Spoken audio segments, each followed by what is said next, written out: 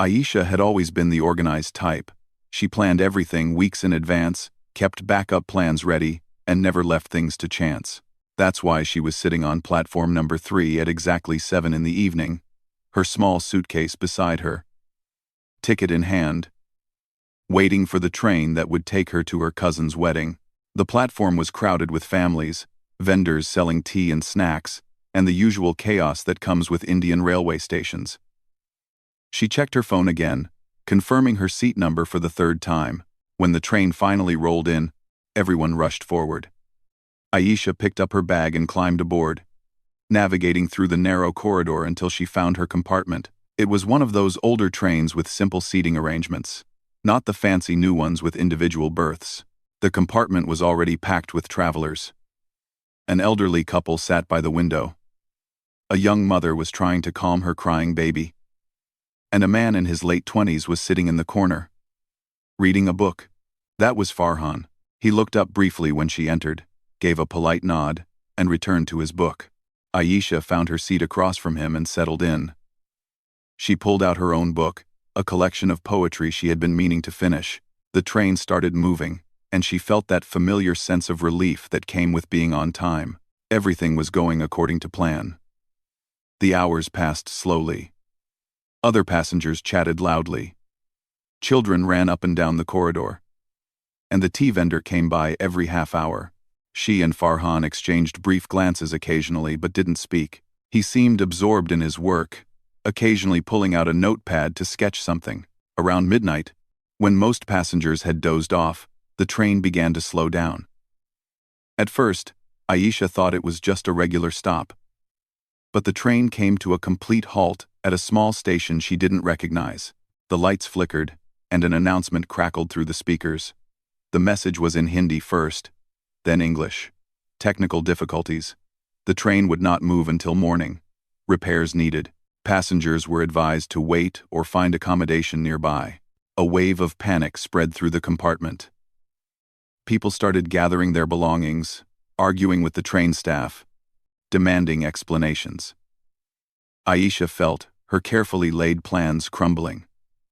She had to reach the wedding venue by tomorrow afternoon. The elderly couple looked worried. The young mother started crying along with her baby. And everyone seemed confused about what to do next. Farhan closed his book and stood up, his expression calm despite the chaos. The station was small, almost like a village stop. Outside, there was barely any light except for a few dim bulbs. A railway official was trying to manage the crowd of angry passengers. Aisha approached him, asking about hotels or guest houses nearby. He shook his head tiredly, explaining that this was a small town with very limited options. There was one guest house about 10 minutes away, run by an old couple. That was it. No hotels, no lodges, nothing else. A group of passengers, including Aisha and Farhan, decided to head to the guest house. They walked together through narrow lanes, following the directions given by a local shopkeeper. The night was cold, and Aisha wrapped her shawl tighter around her shoulders. Farhan walked a few steps ahead, carrying his backpack. He seemed like someone who was used to traveling, comfortable with uncertainty. She envied that quality. Her mind was still racing with backup plans and alternative arrangements. The guest house was a modest 2-story building with a small garden in front. An elderly man opened the door, surprised to see so many people at this hour. His wife came down the stairs, adjusting her dupatta. They listened to the situation and nodded sympathetically. Yes, they had rooms, but not many. The group of passengers quickly scrambled to book whatever was available. Within minutes, all the rooms were taken. Aisha and Farhan were the last two standing in the small reception area. The old man looked at them apologetically. He had one more room, he said. But there was a problem. It only had one bed. His wife added that they usually kept it for couples or families. She looked between Aisha and Farhan, assuming they were together. Farhan immediately corrected her, explaining they were just fellow passengers. The situation became awkward. The old man offered to arrange some blankets so Farhan could sleep on the floor, or perhaps at the train station if that was more comfortable. Aisha looked at Farhan. He was already shaking his head, insisting he would go back to the station. But she had seen how cold it was outside, and the station had been crowded and dirty. Something in her shifted. Maybe it was exhaustion, or maybe it was the absurdity of the entire situation. But she found herself speaking before she could overthink it. She looked at the elderly couple, and then at Farhan. Her voice was steady when she said they would take the room. Farhan looked surprised, starting to protest, but she interrupted him. She smiled slightly, trying to ease the tension, and said those words that would change everything. Only one bed, and she didn't mind sharing. They were both adults, both tired, and it was just one night. What was the worst that could happen? The room was simple but clean. A single bed with white sheets, a small wooden table with 2 chairs, a cupboard that looked like it had been there for decades, and a window with faded curtains. Farhan stood near the door, clearly uncomfortable with the arrangement. Aisha set her bag down and looked around, trying to figure out how to make this less awkward. The silence between them felt heavy. He finally spoke, his voice polite but firm. He would sleep on the floor. It wasn't right for her to be uncomfortable, and he had slept in worse places during his college trips. Aisha appreciated the gesture, but she had already noticed how thin the blanket was that the guest house owner had provided. The floor was cold stone, and she could already imagine him waking up with a stiff back and maybe even a fever. She shook her head and told him that was unnecessary. Instead, she started pulling the extra cushions from the chair and a rolled-up mat she found in the cupboard. Within a few minutes, she had created a makeshift divider down the middle of the bed. It looked a bit silly, this cushion wall between 2 strangers, but it solved the problem. They could both sleep comfortably without invading each other's space. Farhan looked at her arrangement and couldn't help but smile. It was practical and creative, typical of someone who solved problems instead of complaining about them. He agreed, and the tension in the room seemed to ease a bit. They took turns using the small attached bathroom to freshen up. When they were both ready for bed, neither of them felt sleepy anymore. The awkwardness had faded, replaced by a strange curiosity about each other. After all, they were sharing a room because of the most random circumstances. Might as well make conversation. Aisha asked what he did for a living. Farhan explained he was an architect, but not the kind who designed fancy corporate buildings or luxury apartments. He worked with a nonprofit organization that built affordable housing for families who couldn't afford their own homes. His eyes lit up when he talked about his latest project. A small community in a village where they had just completed 20 houses. He pulled out his phone and showed her pictures. Simple structures, but beautiful in their functionality. Each house had proper ventilation, rainwater harvesting, and solar panels. The families in the photos looked so happy, standing in front of their new homes. She found herself genuinely interested. There was something refreshing about meeting someone who wasn't chasing money or status but actually trying to make a difference. She told him about her own work as a literature professor at a university. Teaching had always been her passion. She loved watching students discover the beauty in poetry, the power in stories, the way words could change perspectives. Farhan listened carefully, asking questions about her favorite authors and what she was currently reading. They discovered they both loved the same poet, someone not very mainstream but deeply moving. The conversation flowed naturally from there. They talked about books and movies, about places they wanted to visit and places they had been. Farhan mentioned how his mother had raised him alone after his father passed away when he was just 10 years old. She had worked multiple jobs to put him through school and college. Everything he had achieved was because of her sacrifices. His voice softened when he spoke about her. She had passed away 2 years ago, and he still missed her every single day. That's why he chose this line of work. She had always taught him to help others, to never forget where he came from. Aisha felt a lump in her throat. She understood loss, though in a different way. She shared how her parents were loving but traditional. They worried constantly about her future, which in their minds meant getting her married as soon as possible. Every family gathering turned into an interrogation about why she was still single at 28. Every phone call included mentions of suitable boys they had found. The pressure was exhausting. She loved her family, but sometimes she felt suffocated by their expectations. She had dreams and goals beyond just settling down.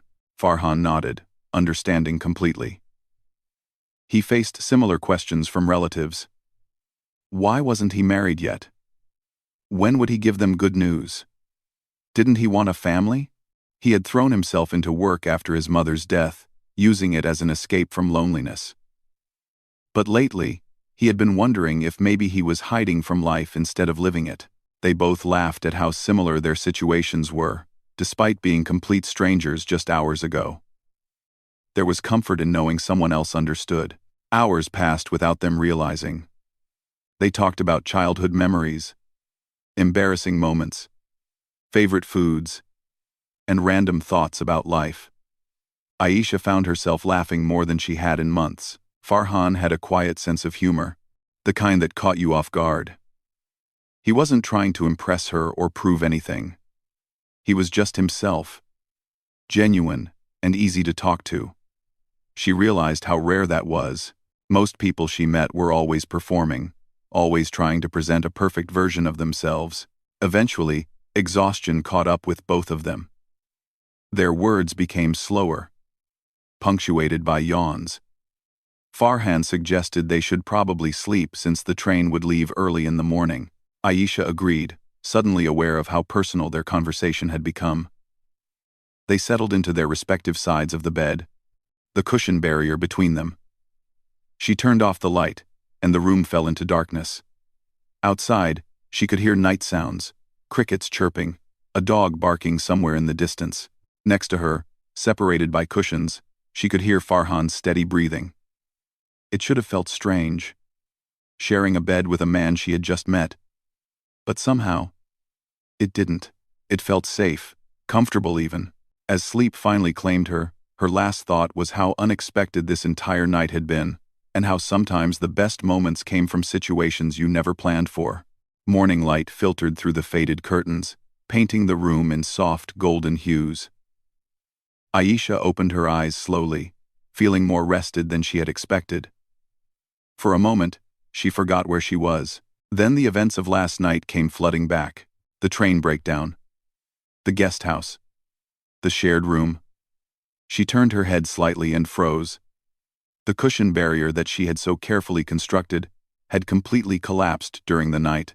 Some cushions had fallen to the floor, others were scattered across the bed. And Farhan's hand was resting on the mattress, just inches away from hers. Her heart started beating faster, though she couldn't explain why. He was still asleep, his face peaceful and relaxed. She carefully moved her hand away and sat up slowly, trying not to wake him. The morning felt different somehow, more real than last night's conversation in the darkness. She grabbed her clothes and quietly went to the bathroom to freshen up.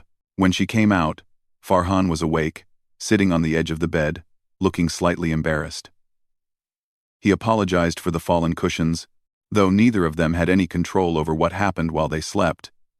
She laughed it off, saying it was fine, and suggested they should check on the train situation. The guesthouse owner's wife had prepared simple breakfast for all the stranded passengers, hot parathas with pickle, and sweet milky chai that tasted better than anything from a fancy cafe. They sat at a small table in the courtyard, along with other travelers who all looked tired and frustrated.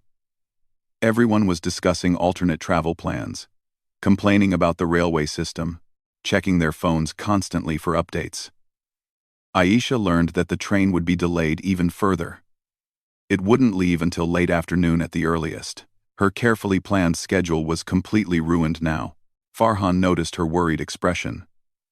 He asked if she was okay, and she explained about the wedding she needed to attend. The ceremonies would start tomorrow, and she was supposed to help her cousin with preparations today.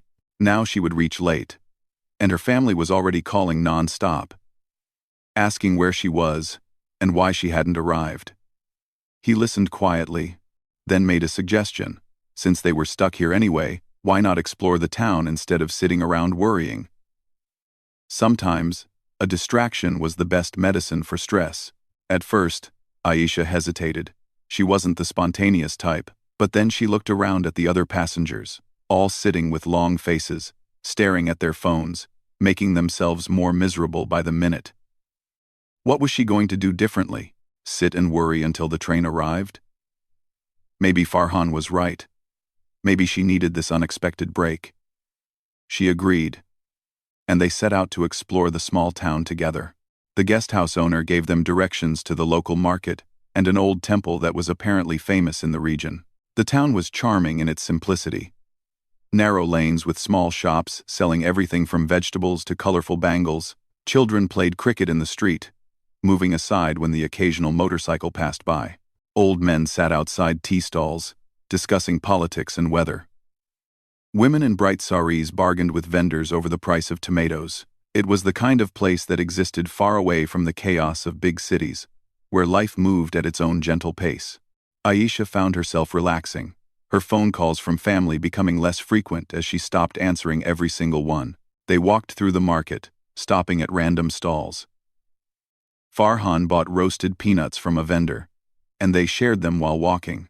He pointed out interesting architectural details in the old buildings, explaining how traditional construction techniques were often better suited to the climate than modern methods. She listened, fascinated by how passionate he was about his work. They visited the temple, an ancient structure with intricate carvings that had survived hundreds of years. Inside, the atmosphere was peaceful, the smell of incense, the sound of bells, the sight of people praying with their eyes closed and hands folded. As they were leaving the temple, a street photographer approached them.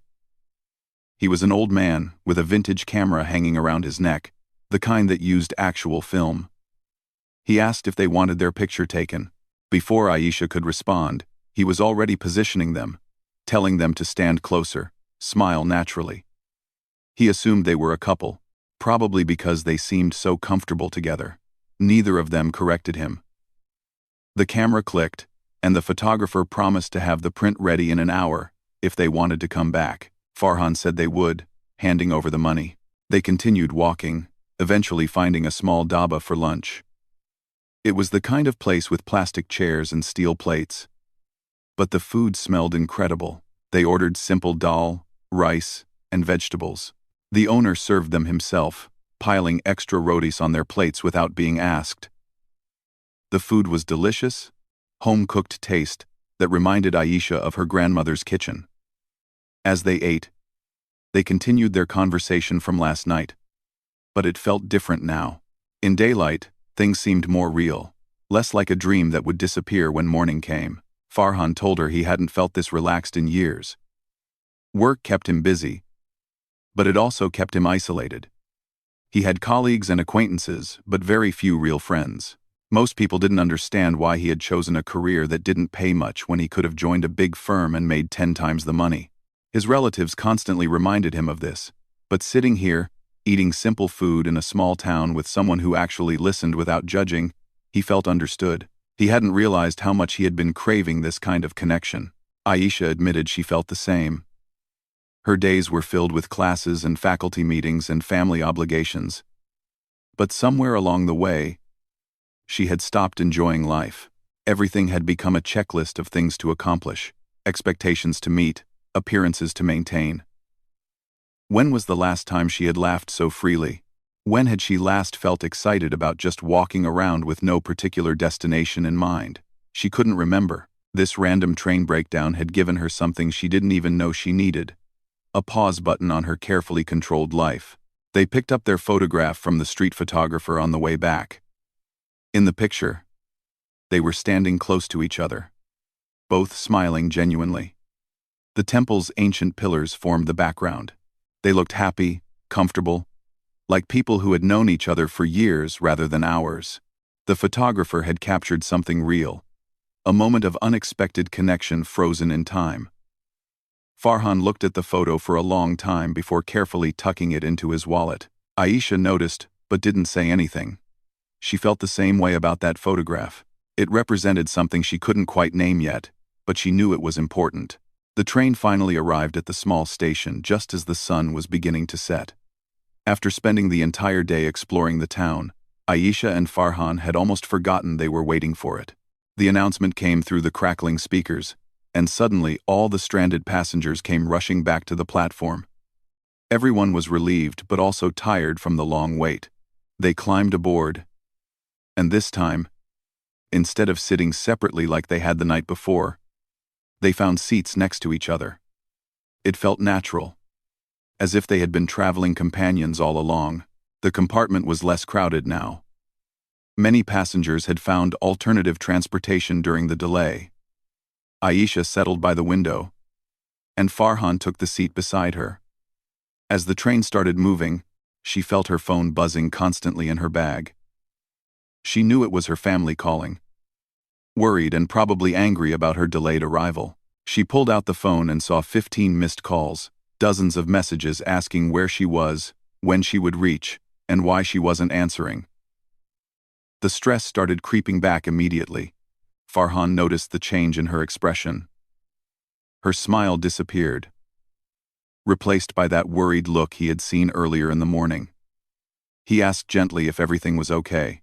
She showed him her phone screen filled with notifications. Her aunt had called 6 times. Her mother had sent message after message.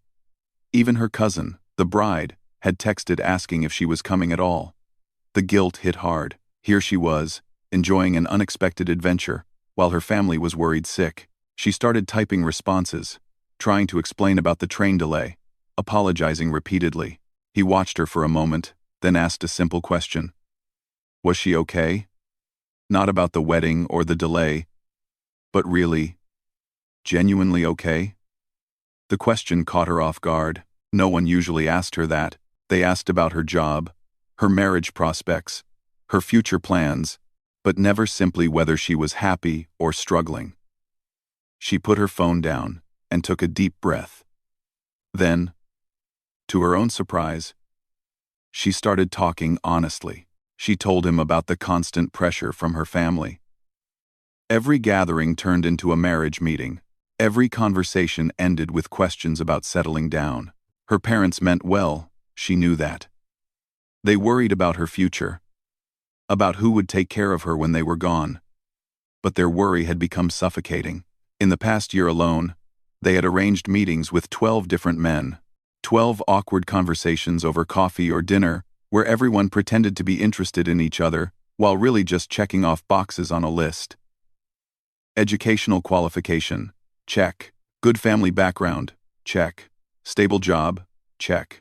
But no one asked about dreams or fears or what made their hearts sing. It was all so transactional, so exhausting. She felt trapped between loving her family and wanting to live her own life.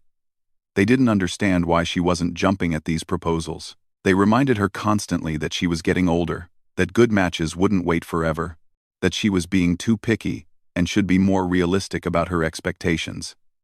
The words stung every time, making her feel like she was somehow failing at being a proper daughter.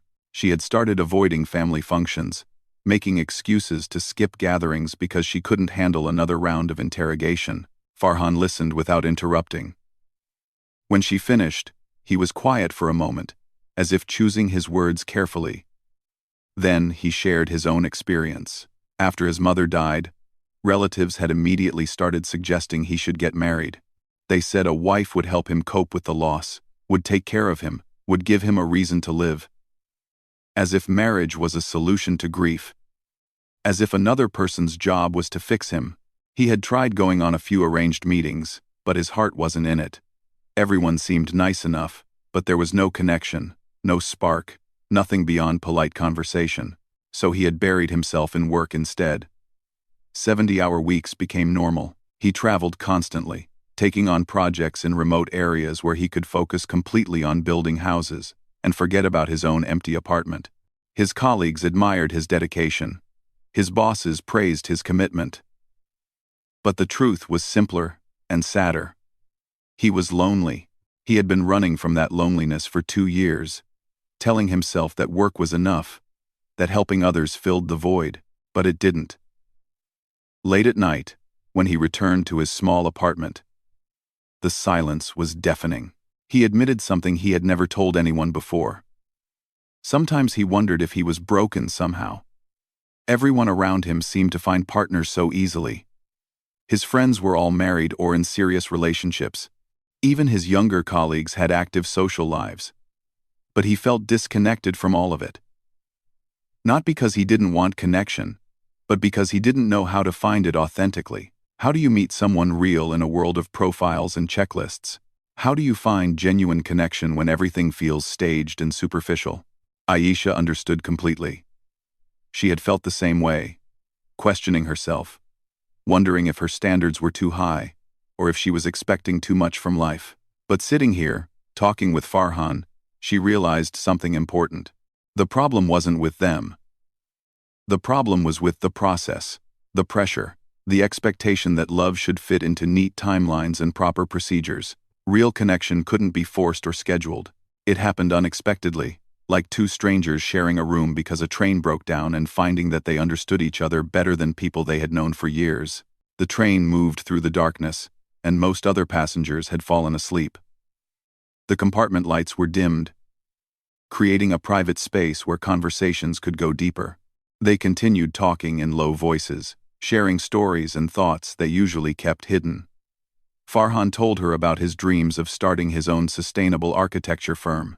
Aisha confessed she had always wanted to write a book, but was afraid it wouldn't be good enough. They talked about fears and insecurities, about hopes and possibilities, about the gap between who they were and who they wanted to become. Hours passed, but neither wanted to sleep. There was something precious about this time together, suspended between their normal lives and whatever came next. Farhan finally said what had been on his mind all evening. He was glad the train had broken down. If it hadn't, they would have sat separately, never talked, never known each other. They would have reached their destinations and forgotten about the journey. But instead, this unexpected delay had given him something he hadn't even realized he was searching for. A genuine connection with someone who saw him as he really was, not as who he was supposed to be. Aisha felt tears prickling her eyes. She knew exactly what he meant because she felt it too. In just 24 hours, this stranger had become someone important.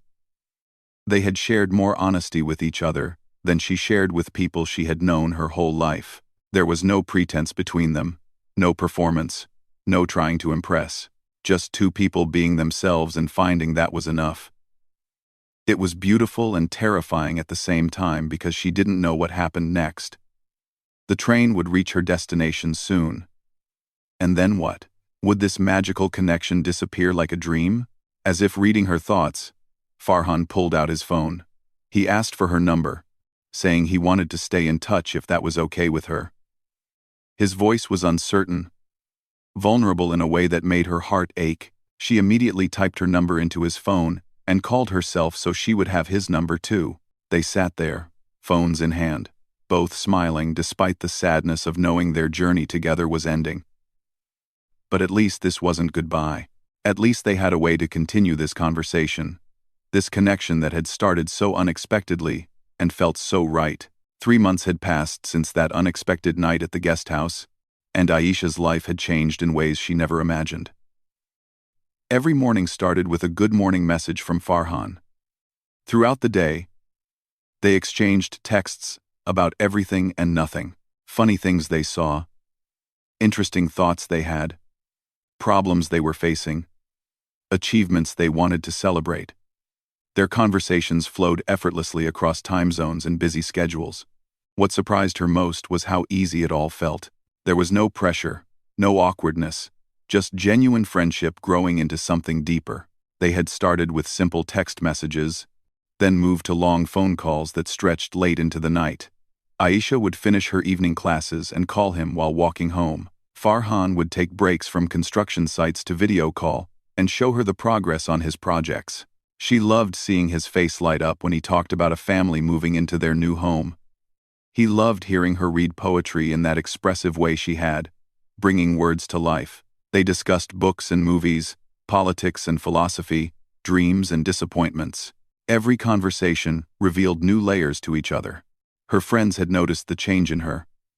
She smiled more, laughed easier, seemed lighter somehow. When they asked what had happened, she found herself talking about Farhan. Just mentioning his name made her happy. Her best friend teased her mercilessly, saying she had never seen Aisha so completely smitten. At first, she had denied it.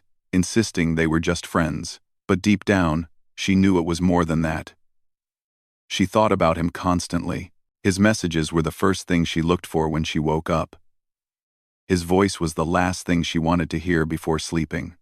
Farhan had admitted to his closest friend that he had saved that photograph from the street photographer as his phone wallpaper. Every time he unlocked his phone, he saw that image of them standing together, smiling naturally, looking like they belonged together. His friend had laughed, saying he had never seen Farhan so distracted by someone. Usually, Farhan was completely focused on work, rarely mentioning anyone from his personal life, but now he couldn't go 5 minutes without bringing up something Aisha had said or done. It was obvious to everyone around him that he had fallen hard. The weekly video calls became the highlights of both their weeks. They would talk for hours, faces glowing from phone screens, sharing updates about their lives. Aisha told him about her students, the good ones and the challenging ones. Farhan described his latest project, a community center in a village that would have a library and computer room. They celebrated each other's successes and provided comfort during difficult days. When Aisha's paper got rejected from a journal she had really wanted to publish in, Farhan stayed on the call with her for 3 hours, listening to her frustration and reminding her how brilliant her work was. When Farhan caught a nasty fever while working on a remote project site, Aisha called him every few hours to make sure he was taking medicine and resting. She even threatened to take a train to his location if he didn't take care of himself properly. He had laughed through his coughing, touched by her concern. Later, he told her that her calls had been the best medicine. Knowing someone cared that much made him feel less alone, even in a village with no hospital and spotty phone connection. That was when he realized he loved her. Not a casual feeling, but something deep and certain. The pressure from their families hadn't stopped. Aisha's parents were still introducing her to potential matches, still asking when she would make them happy by settling down. But now she had someone to talk to about it. Someone who understood her frustration. Farhan gave her strength to stand firm in her choices, to not settle just to please others. He reminded her that her happiness mattered too. His relatives had also started their usual questioning during family gatherings. But he found himself not caring as much anymore because he had found someone worth waiting for. Then came the news that made both their hearts race. Farhan's firm had secured a big project in her city. He would need to spend at least 3 weeks there, overseeing the initial stages of construction. When he told her, there was a long silence on the call. Then they both started talking at once, laughing nervously, excited and anxious about finally meeting again. 3 months of phone calls and messages had created such a strong bond, but they both wondered if the magic would still be there in person. What if it had all been just the circumstance, just the unusual situation that had brought them together? The day Farhan arrived in her city, Aisha changed her outfit 3 times before leaving her apartment. She told herself she was being ridiculous. This was Farhan, the person she talked to every single day, who knew her better than almost anyone. But her hands were still shaking as she walked to the coffee shop where they had agreed to meet. He was already there, sitting by the window, looking as nervous as she felt. When he saw her, he stood up quickly, nearly knocking over his chair. They stood there for a moment, just looking at each other, both grinning like idiots. The coffee turned into dinner. Dinner turned into a long walk through the city streets, talking and laughing like they had been doing for months. But now in person, it felt natural and right, even more so than their calls. Aisha showed him her favorite bookstore, the small park where she sat to grade papers, the street food stall that made the best chaat. Farhan told her about the project he was working on, his plans for the future, his hopes and dreams. As the city lights came on and the evening grew darker, they found themselves walking slower, not wanting the night to end. They stopped at a quiet spot overlooking the city skyline. The lights stretched out before them like scattered stars. Farhan turned to her, his expression serious for the first time that evening. He took her hand gently, and she felt her heart hammering in her chest. He told her something he had been wanting to say for weeks but had been afraid to put into words. That night, when the train broke down, when a stranger had smiled and said she didn't mind sharing a room, his life had changed. He hadn't known it then, but he knew it now with absolute certainty. He told her he hadn't stopped thinking about her since that first conversation. Every day had been brighter because she was in it. Every challenge had felt more manageable because he could share it with her. She had become the most important person in his life without him even realizing when it had happened.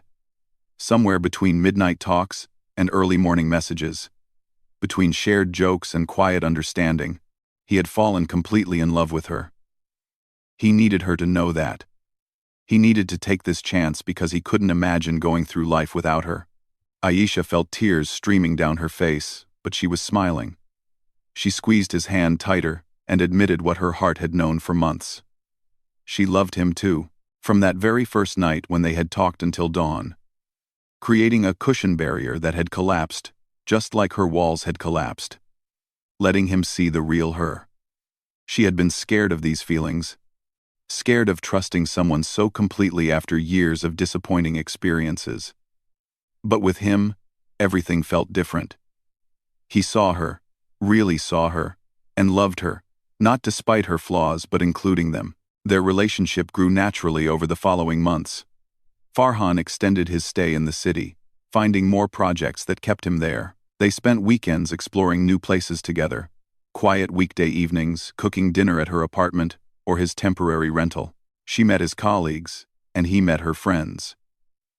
Everyone commented on how perfect they were together, how happy they both seemed. Their families slowly started to learn about their relationship. There was initial resistance from both sides, concerns about how they had met, whether they had known each other long enough, all the usual worries. But Aisha and Farhan stood firm together. They knew what they had found was rare and precious. They had built their relationship on honest conversations, mutual respect, and genuine care for each other's dreams and happiness. This wasn't an arrangement made to satisfy families or tick boxes on a checklist. This was real love, grown from unexpected circumstances and nurtured through daily choice and commitment. Their families eventually came around, seeing how right they were for each other, how they brought out the best in each other. A year after that fateful train breakdown, Farhan planned something special. He contacted the owners of the small guest house, where their story had begun. He booked the same room, the one with the single bed and faded curtains. When he brought Aisha there, she was confused at first. Then she recognized the building, the courtyard, the kind elderly couple who greeted them warmly. She started crying before they even reached the room. Inside, he had arranged candles and flowers. The same cushions that had once served as a barrier were arranged neatly on the bed, a reminder of how far they had come. He got down on one knee and pulled out a ring. He told her he wanted to spend the rest of his life sharing not just rooms but everything with her. He wanted to wake up next to her every morning, face challenges together, celebrate victories together, build a life together. She didn't even let him finish before saying yes, pulling him up and kissing him, both of them laughing and crying at the same time. The elderly couple who owned the guest house came up with sweets to celebrate, delighted to learn how their small establishment had played a role in such a beautiful love story. Their wedding was simple but filled with joy. Friends and family from both sides came together, celebrating not just the couple but also the unexpected journey that had brought them together. The invitation cards were unique, designed by Farhan himself. They featured an illustration of a train and a small guest house, with words that perfectly captured their story. Sometimes the best journeys begin with unexpected delays. Sometimes a single night can change your entire life. Sometimes a stranger smiles and says she doesn't mind sharing, and that openness creates space for love to grow. As Aisha stood next to Farhan during the ceremony, wearing her beautiful red bridal outfit while he looked handsome in his traditional sherwani, she thought about how strange life was. A year ago, she had been stressed about reaching a wedding on time, worried about family pressure, feeling alone despite being surrounded by people. Now, she was at her own wedding, marrying a man who understood her completely, who supported her dreams, who made her laugh every single day. All because a train had broken down, and a practical decision had led to an extraordinary love story. She looked at Farhan, found him already looking at her with those warm eyes, and knew with complete certainty that every unexpected delay, every moment of uncertainty, had been worth it to find him.